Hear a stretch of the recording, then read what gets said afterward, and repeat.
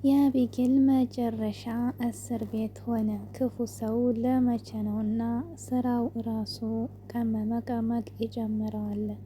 አቢጌል እንግዲህ የአባቷን ብስጭትና የአባቷ ለቅሶ እንደ ሳቅ ስትቆጥረው እራሷ ላይ ተጠምጥሞ የስራ ውጤት ዛሬ ላይ ለእስር ቤት ወጥቷታል። በጣም የሚያሳዝነው ግን በጣም ደረጀ ለልጁ ስንት የሚጨነቅላት ያ ሁሉ ምክሩ ያ ሁሉ ለቤቱ የሚለፈው ልፋት ልጅ ለሱ አለመጨነቋና ቤቱ መበጥበጡ ነው። ግን አቢጌል ትክክለኛ ፍርዷን አግኝታለች። አሰላሙ አሌይኩም ወረህመቱላሂ ወበረካቱ። ውድና የተከበራችሁ ውድ ቤተሰቦቼ እንዴት ናችሁ? ከኔ ጋር ሁሉ ሰላም አልሐምዱሊላህ። በያላችሁበት ሰላማችሁ ብዝት ይበል። ሰብስክራይብ ላይክ ያደረጋችሁ አበረታቱኝ። ለምታበረታቱኝ አመሰግናለሁ። እንግዲህ የደረጀና የማርታ የህይወት በጣም በሚያሳዝን መልኩ ምስቁልቁል ብሏል ማለት ነው። ሀይቀን ይሄ ቤት የመተዛዘን የመከባበርና የመተማመን በጣም ጽድት ያለ ህይወት ነበራቸው። ግን አሁን ላይ በልጃቸውና በዚች በተረገመ እንግዲህ አቢጌል በተመክራ በማይገባት ህይወት ያላስተማራት አንዳንድ ጊዜ የእናት ልጅ ዝጉርጉር ነው ይባላል። እናት ልጅ ዝጉርጉር ነው ሲባል ወንድም እህት ሁሉም አንድ አይሆንም። እንዲሁም ደግሞ ልጅ እንደ አባቱ እንደ እናቱም አይወጣም። የአቢጌል ደግሞ በጣም የከፋ ነው። ለሰው ልጅ ያላት አመለካከት ለሰው ልጅ ያላት ክብርና እንዲሁም ደግሞ ነገራቶችን ቀስ ብላ አለማየት አለማዘን ለሰው ልጅ በራሷ ላይ ግን ክፉ ነገር እያመጣባት ነው። በጣም የሚያሳዝነው ግን ከዚህ ድራማ በጣም ብዙ ትምህርት እንወስዳለን። አንደኛ ቤተሰብ የሚመክረንን ምክር ወደ ግል ትተን በራሳችን ስሜት የምንጓዝ ከሆነ መጨረሻችን ዳፋው ለራሳችን ነው። እንዲሁም ደግሞ ሴት ልጅ ደግሞ ሰከን ስትልና ነገራቶችን ማስተዋል እንዲሁም ደግሞ በጣም ይብለጥ የሚያምረው በሴት ልጅ አዛኝ ስትሆን ነው። አዛኝ ማለት ይለያያል። ያ ማለት የሴት ልጅ ደግሞ አዛኝ በጣም ሩህሩህና በትንሽ ነገር የምታዝን መሆን አለባት። ምክንያቱም ሴት ልጅ ጨካኝ ከሆነ በጣም ከባድ ነው። ሴት ልጅ ደግሞ በተፈጥሮዋም አዛኝ ናት። በትንሽ ነገር ልቧ ይሰበራል። በዛ ላይ ደግሞ በጣም ውስጧ አይችልም። ነገር ግን አቢጌል እኔ እንጃ በጣም ልቧ ደረቅና ሰዎችን ለማሳፈር እንዲሁም ደግሞ ሰዎችን ምስቅልቅል ለማድረግ ሰዎችን ለማሳፈር ሰዎችን ለማስለቀስ ግን ልቧ በጣም ደረቅና የቻለ ነው። በጣም የሚያሳዝነው ነገር ግን ነገ በእኔ ላይ የሚባል ነገር የለባትም። ሴት ልጅ ለሴት ልጅ እኔስ ነገ ሴት አይደለም እንዴ ብላ በሴቶች ላይ የምታደርገውን ለሴቶች ላይ የማይገባቸው እንዲሁም ደግሞ ሰዎች የሚያለቅሱበት ለእሱ ደስ ይላታል መሰል።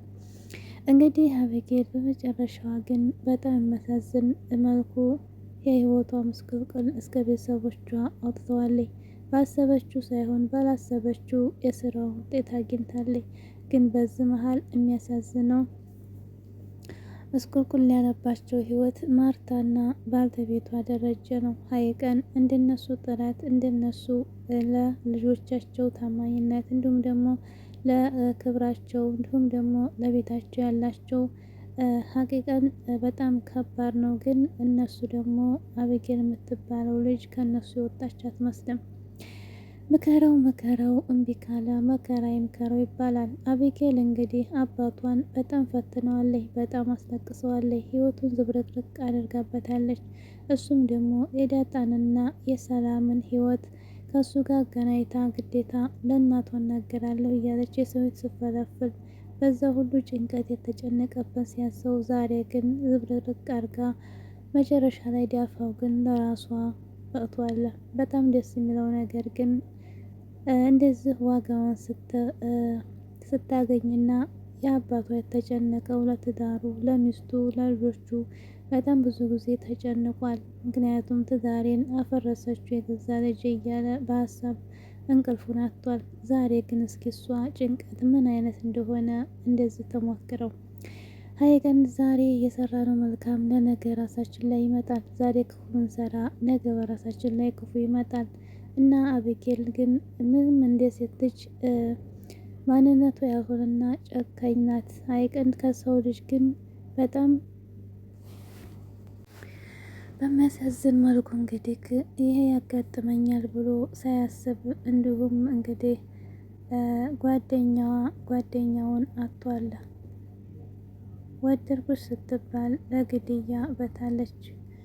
ናታም እንግዲህ በሚያስበው ነገር የእሱም ህይወት በጣም የሚያሳዝን ሆነ። ምክንያቱም አባቱን ሲያዝን እሱም ማዘኑ አይቀር። እሱም ደግሞ በጣም የግድያ ሙከራ ደርሶበት ነበር።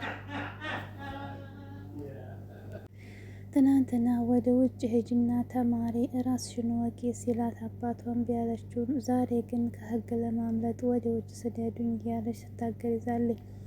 እናቷም እንግዲህ አትሄጂም ማለት ታሰርልሽ ነው የልጆች አባት ትዳሬን ቀጥ አድርጎ የሚጨነቅ እንዳንቺ አባት የለም። መክረሽ አንቺን እየሰማሁ አባትሽ የሚለኝን ትቼ ገደል ገባ ቤት የፈረሰ ብላ ለሀቅ እንድትቆምና ለፍርድ እጇን እንድትሰጥ አስገድዳታለች። ዛሬ ላይ ግን ሁሉን ነገር አወቀችው።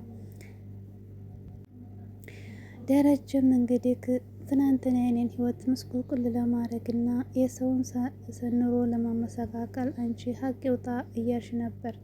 ዛሬ ላይ እንግዲህ ሀቅን ተወደድሽ፣ እኔም እደግፍሻለሁ። ዛሬ ሀቅ ከሆነ ደግሞ አንቺ የሰው አጥፍተሻልና ሀቅ የዛ የነፍስ ሰው ሀቅ መውጣት አለበትና ሂጂና ፖሊስ ጣቢያችን ስጭ ለህግ አላት። ስለዚህ ሁለታችንም ሀቅ እንፈልጋለን ብሎ ሲላት የኔ ሀቅ ይሸሸግልኝ ወደ ውጭ ልሂድ እያለች ብትለምንም አባቷ ግን አይቻልም ብሏታል። አዎ ትክክለኛ ፍርድ ነው። በፊት ነበር መስማት አባት እንደዛ ሲመክር እናት ስትመክር ሀይቅን እዛ ቤት የምትመከረው ምክር እኮ ትንሽ እንኳን ትሰማ። የአቢጌል ክፋት ደግሞ በጣም የባሰ ነው። በእውነት እኔ እንጃ አንዳንድ ጊዜማ የሰው ማንነት የላትን ለማለት እንትን እላለሁ። ምክንያቱም በጣም ጨካኝ አረመኔ ናት።